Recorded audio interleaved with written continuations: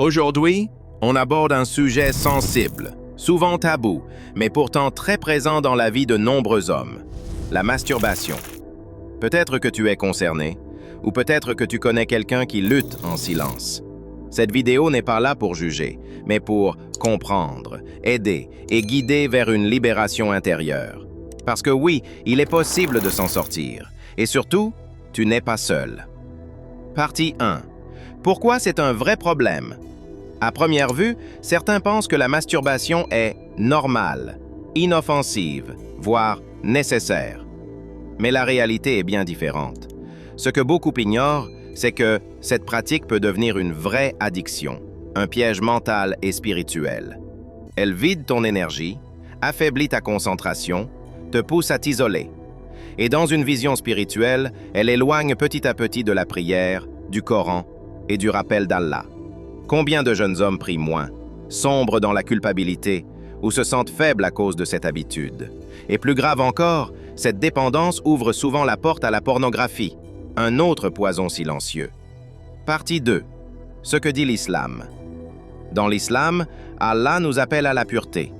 Dans le Coran, il dit « Et ceux qui préservent leur chasteté, sauf avec leurs épouses » Sourate Al-Mu'minun. La masturbation n'est pas mentionnée directement, mais les savants l'ont fortement déconseillée, voire interdite selon les cas. Pourquoi? Parce qu'elle va à l'encontre de la maîtrise de soi. Elle épuise l'âme et éloigne de l'adoration. Mais si tu es tombé dedans, ne désespère pas, car la porte du repentir est toujours ouverte. Ce combat est un djihad intérieur, et Allah voit tes efforts, même s'ils sont invisibles aux autres. Partie 3. Comment s'en libérer? Voici maintenant des conseils pratiques et efficaces pour reprendre le contrôle. 1. Coupe la racine. Supprime les sources de tentation. Réseaux sociaux toxiques, films, solitude excessive. 2. Remplis ton temps.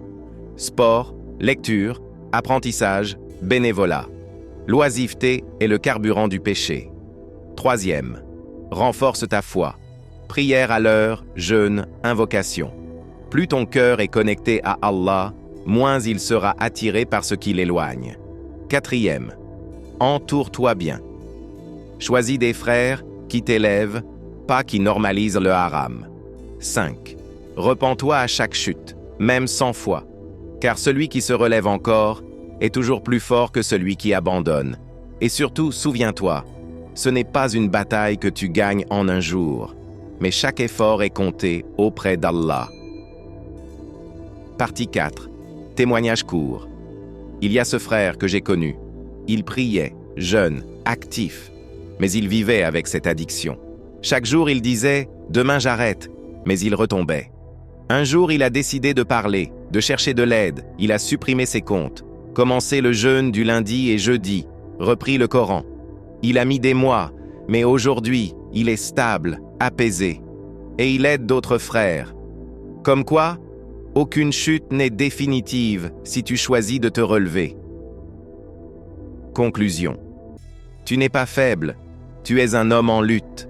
Et chaque jour où tu te bats pour ta dignité, pour ta foi, pour ton cœur, tu es déjà en train de vaincre. N'oublie pas Allah dans ton combat et il ne t'oubliera jamais. Abonne-toi pour plus de rappels et d'histoires vraies. Et partage cette vidéo à un frère qui a besoin d'entendre ces mots.